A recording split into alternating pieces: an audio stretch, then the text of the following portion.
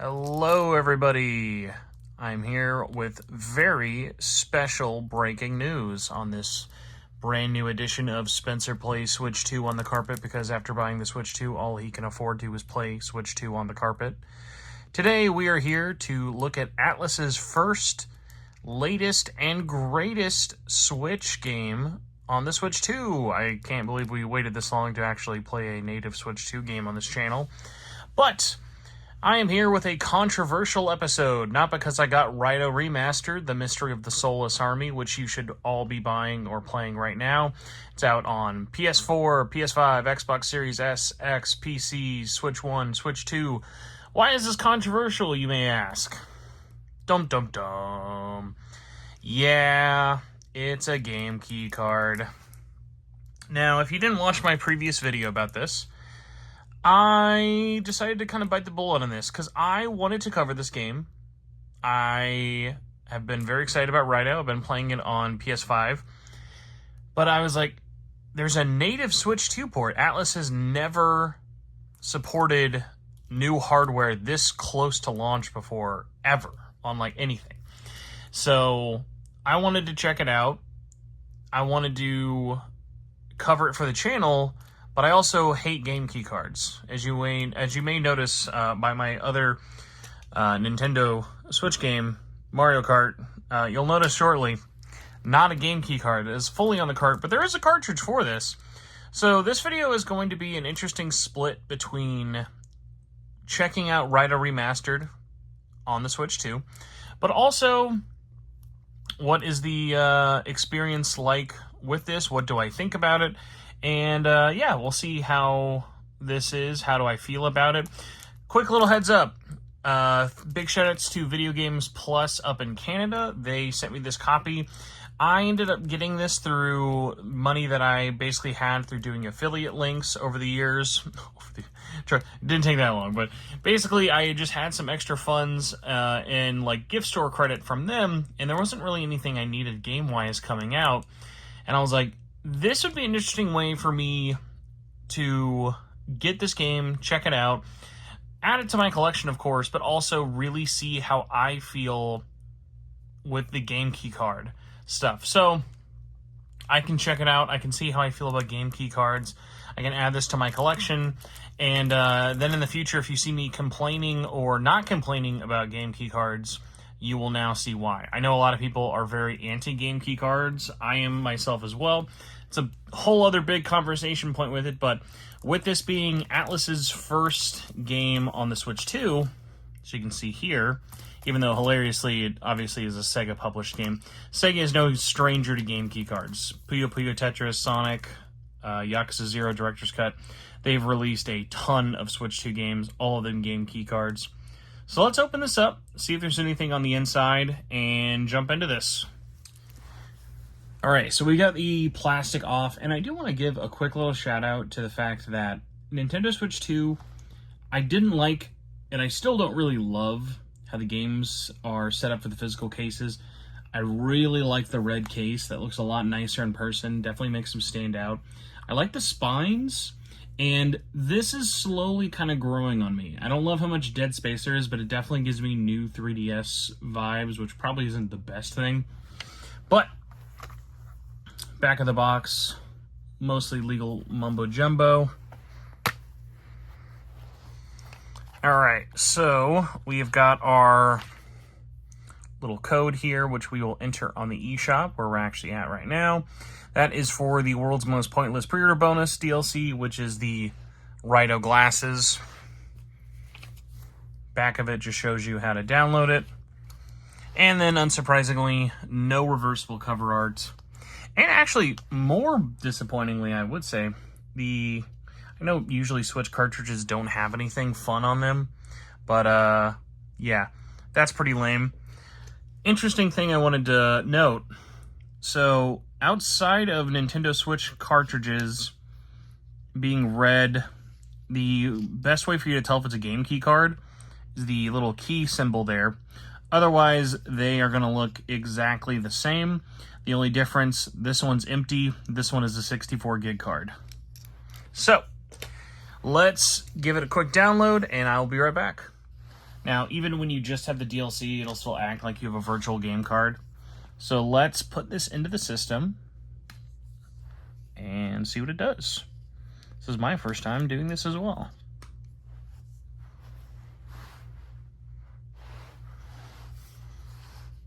Alright, so we've got this in here, and it is downloading.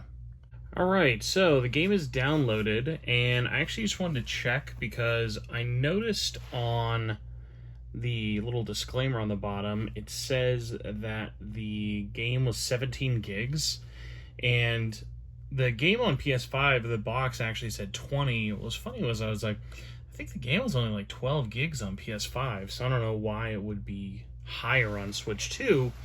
Went to go check, and lo and behold, nope, the game is about 12 gigs, so very similar to PS5 as well.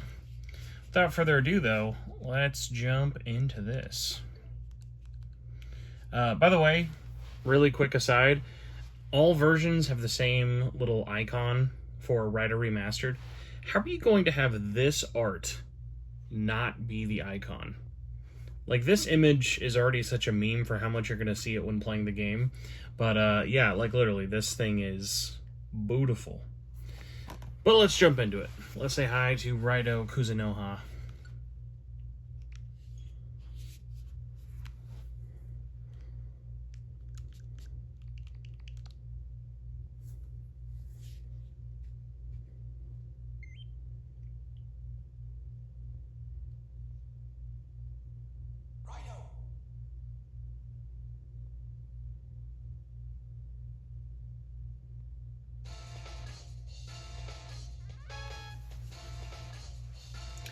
Alright, so obviously a pre-rendered video isn't going to be the best way to show off the game, but I will say upon initial boot, loads, I'd say, a little bit, if not a little slower, on par to the PS5 version. PS5 is the one I played the most with. I've gotten at least through the first episode. I've been unfortunately getting distracted prepping myself for Death Stranding 2, but we're going to go through, check out the prologue, maybe jump around a little bit in the beginning of episode 1. There's a lot of gameplay, so we'll still get a good idea about what the game looks like. So let's get rid of our pre-rendered here. And here's our game, or at least the title screen of the game. Alright, so for any of you out there who do not know, Raidou, much like Nocturne HD Remastered, is a PS2 game originally released in 2006, now brought over to current gen through a emulator up-resed on Unity. So Atlas continuing the tradition of who knows what engine our games are going to be on. So we've got our little DLC thing here. Now what I'm curious about is, do we think we'll have graphical settings?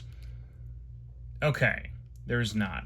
One of the weirdest things about PS5 is that there is a graphics setting mode for performance or visuals, and both are legitimately identical looking. It's very confusing. But normal settings, nothing crazy. Let's do our Hollow Notes level difficulty and jump into this.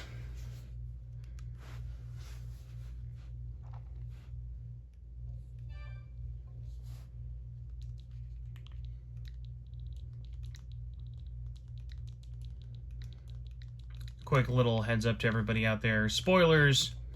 Raidou, his name is not Raidou. He is just called Raidou. So if you would like to save yourself from looking silly, no, canon names do not exist. No, they do not matter. Whenever you find a canon name, just know that everyone's name is a canon name, because nothing will make Spencer laugh at you quicker than talking about canon Atlas names like it's the timeline order of The Legend of Zelda.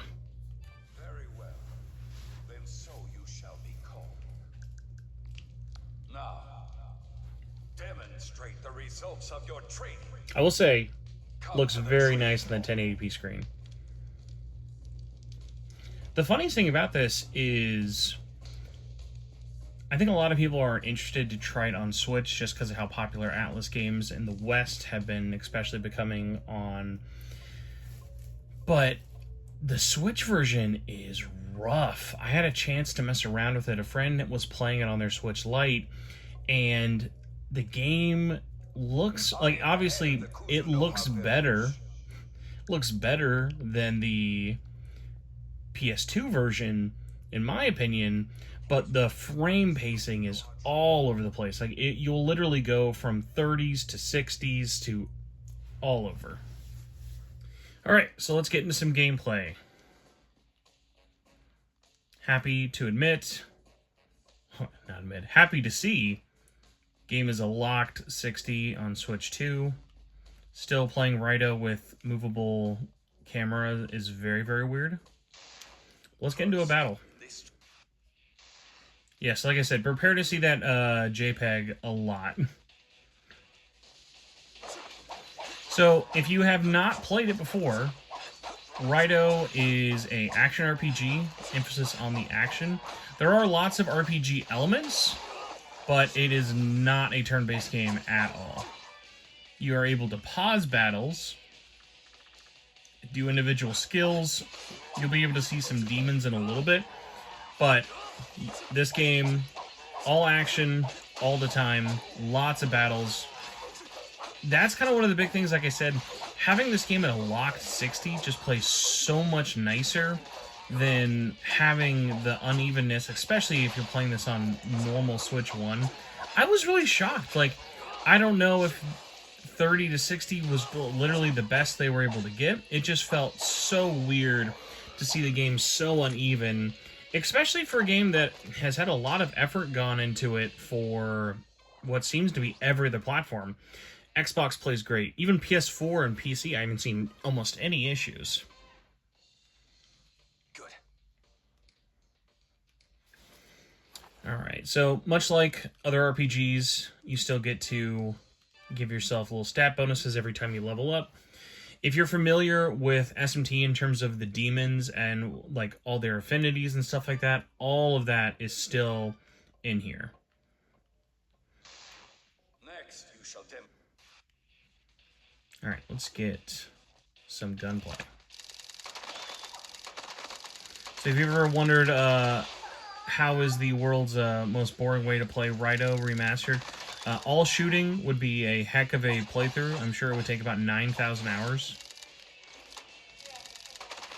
Thankfully, aiming in this is way better than the original, and your ammo refills so much faster. Yeah, we just needed to let Atlas know after this and Persona 5 Vanilla, please don't release games where characters have limited ammunition for their guns. It is never fun.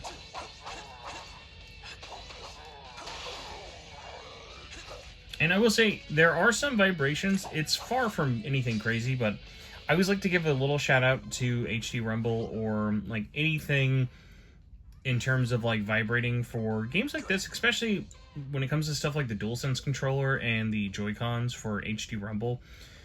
Games that do anything more than just nothing or a couple of shakes, I always like to give a shout out to.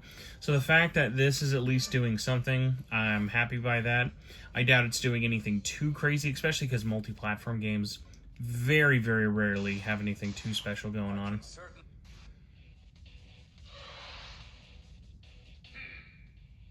Hey, what's the big idea calling me Ugobot, the badass who keeps the boilers of hell burning to this jump? Wait, you ain't thinking of trying to make me your ally, are you? Good one, kid. But you know what? I'll admit you got guts. If you want my power so bad, then come and get it.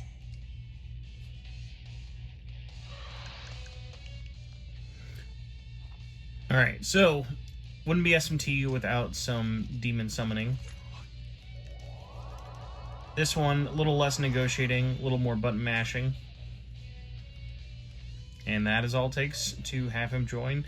Sometimes they will ask you questions, way less demon negotiating, way more button mashing, but definitely in terms of pacing for the battles works for me. And next we'll be able to actually see what gameplay with the demon in your party actually looks like. So the game still does have pre-rendered cutscenes from the original game. I'm assuming they are AI upscaled. They look pretty clean even on a 4K display like my TV. Obviously, if you zoom in and look, there is some artifacting, and you can obviously tell that these are older. They're not from the original source files, but for how many of them there are in this game, they do hold up pretty well in the way that they were upscaled, to the point where the main game really does just feel like it's trying to look like those pre-rendered CG cutscenes. Alright, I'm in this for the long haul now. So, you better put me in where it counts, you hear? Alright, so when you've got your demon in the party, they are just attacking on their own, doing their own thing, usually attacking whoever you're attacking. You can tell them to stop attacking or who to attack. Like when you go to the main menu, you can tell them to strike or do fire. It'll use your mag. You can select the opponent directly just for a little bit more control over that demon. And what's funny is, in the original game, you only were ever able to use one demon at a time. You could have multiple demons in your party, but it was always selecting the same demon per battle. There was never, like, multiple. And that was one of the big things that they took over to Raidou 2, was having two demons fighting with you at the same time. This game, thankfully, already has two unlocked pretty much right out of the tutorial. We'll be getting that next. And it just makes everything so much better. Having, like, you and a demon fighting definitely is fine. You can try doing it solo or with one demon. It's just a lot less fun. Good.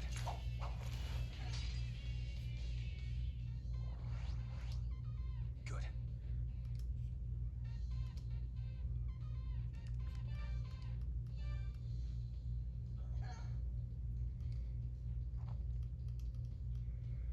And what's cool is your demons will level up just like normal. They'll get other abilities as well. Being more strong, you'll kind of know what their limits are going to be in terms of demon fusion that you'll get to do down the line. So there's over 100 demons to collect this time, which is really nice. They've added a bunch of demons from future games like Raidou 2 and SMT5.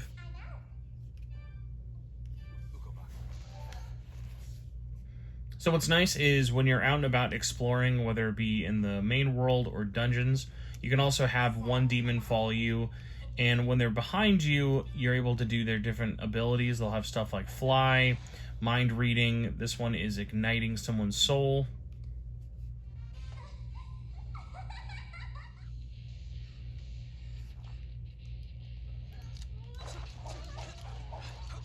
Alright, now, one of the things that I'm not sure how some people may feel about this, the lock-on is fine. It's a little finicky in terms of you can't just, like, select it with the right stick. You do just have to do a manual lock-on, swapping from whoever's closest to you. It gets the job done, but I can tell some people may not be a fan of it, especially compared to other action games. But even though this is an action RPG, Devil May Cry, this is not. There are lots of deep mechanics in terms of, like, having enemy shields, other ways of, like, summoning other demons in battle, knowing who to swap out, who to bring back, things like that. The bosses are fun. I will say they start a little bit slow, but get more interesting as the game progresses, especially in terms of who you're going up against for the story, but also how to defeat them. Alright, so now you get to see in action what does two demons at once look like. Spoilers, it's just like having one demon. You just get to choose between the two of them at the same time. And this one is nice as well, especially because Alp over here can heal you while your other demon is doing flame damage, and just leads you to have to worry less about what's going on or having to worry about using items or making sure nobody dies, when you can just have like a pixie or an Alp doing that job for you while you're trying to get damage or while you're trying to attack everybody.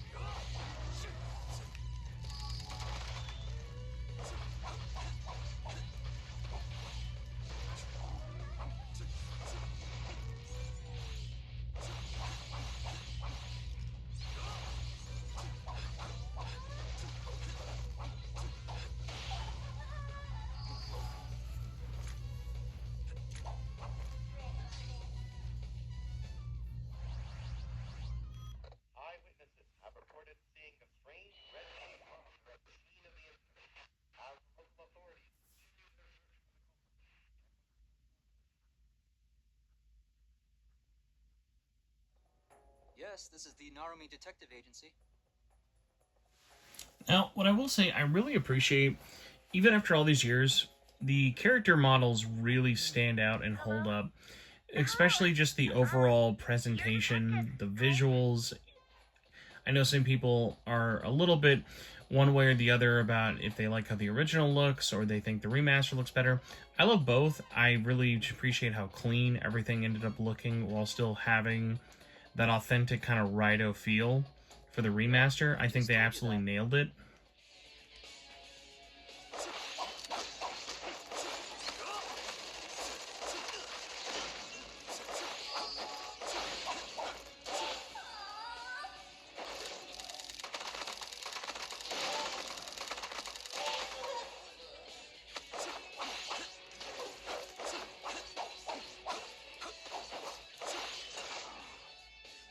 Watch the enemy carefully.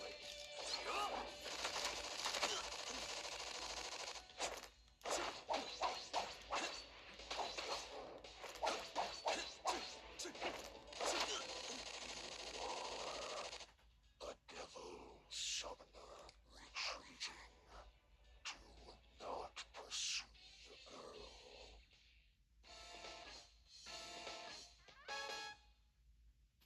For Raidou, I think the story really works, whether you want to play it at home on the big screen or on the go, like a Steam Deck or a Switch or Switch 2. The stories are never long enough that you aren't going to like remember what was happening. And even though there is an overall connected story, I think splitting it up into multiple episodes, there's over 10, is a nice way of just kind of giving you a little goal of like, okay, yeah, let me get through like one episode every night or two and still feel like you're going to make a lot of really good progress. Alright, so from here is kind of like your main base. We're going to leave and go check out the outer world before we get out of here, because this video has already gone on hilariously long. So here is the main town, or first section of the main town. And what's cool about it is they keep the pre-rendered cutscene camera angles while actually giving everything a proper 3D model. I'd be really interested to kind of see what that whole process was like for them. Like, did they have any references from the original pre-rendered models?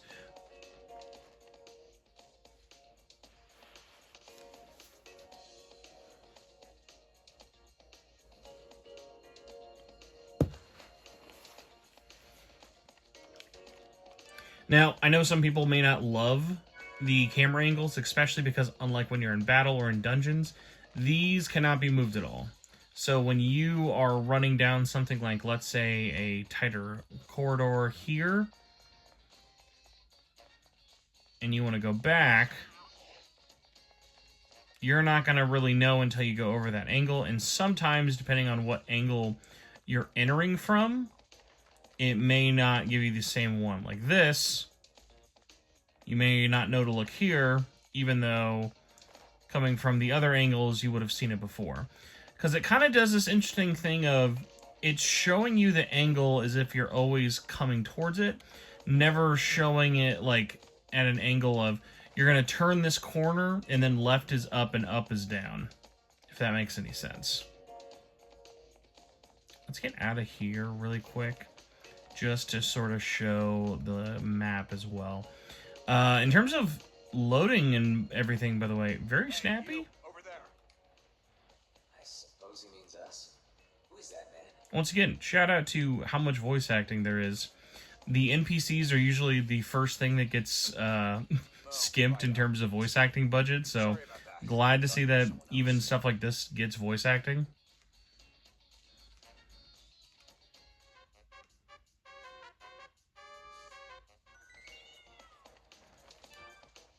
Alright, and like I mentioned, you gotta summon your demon. They cannot be seen by others in the world, so in case you're wondering why no one is commenting about the giant floating woman, that is why. And it thankfully does not make you guess which demons need to be used for which people. As long as you have a demon that needs to do the said skill, it'll swap it automatically, so you won't ever have to like just go through every single demon skill. Now, I will say, probably going to be hard to tell from this camera angle. Maybe this one might be a little bit easier. While the demons look good and the main characters look good, these NPCs are rough. These are some PS2 looking ass models. And again, minor thing, these are not meant to be looked at that closely. It's just so interesting with the amount of detail the main character models got, as well as the backgrounds that you're in. The NPCs not being touched at all really stick out. But considering the amount of them there are, I actually don't mind it as much, just almost due to the fact that, like, it still kind of has that vibe. Like, it still feels like you're playing a really good looking PS2 version of this game, and less so, because, like, there's a whole discussion that I still need to wrap my head around with Raidou of, like, all right, they did a lot of work in this department and that department. Like, is it a remake? Is it a remaster? What is it? What isn't it? And I kind of want to sit on it. It's a much more, like, in-depth discussion than I probably would have even initially guessed, which is interesting. That Atlas landed on remaster more than remake, but that's the game. Running on Switch 2. Can you believe we started this by talking about game key cards? I sure can't. But there it is. Checking it out. For $50, I think no matter where you're playing this, it's an absolute steal. The game keycard discussion is a whole other thing with it, but I'm glad that more people have a chance to pick this up. This game, at least according to Steam charts and the Nintendo Switch store and Switch 2 store, not a lot of love. Definitely needs some more people giving Raidou some attention, which I'm kind of bummed out and surprised about, because I was like, oh yeah, it's coming out, well, in between some big releases, but definitely was not released in a crowded week at all. And I'm on the main Switch store. Remember, there are not that many Switch 2 games. No Raidou.